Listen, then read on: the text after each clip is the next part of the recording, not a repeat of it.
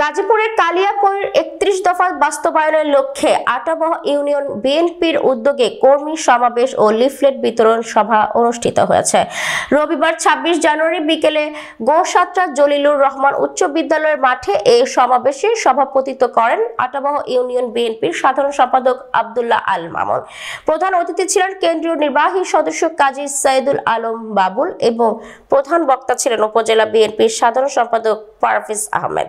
গাজীপুর জেলা ছাত্রদলের সাধারণ সম্পাদক ইকবাল হোসেন জনি।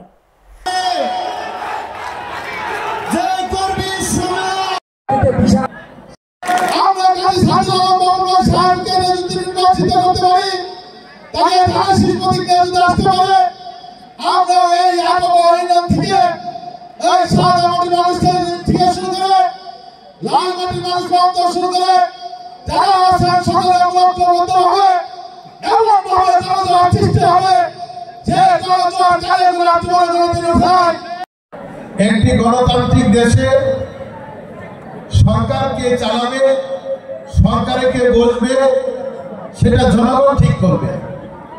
তার মানে একটি গণতান্ত্রিক দেশে সেটাই সম্ভব।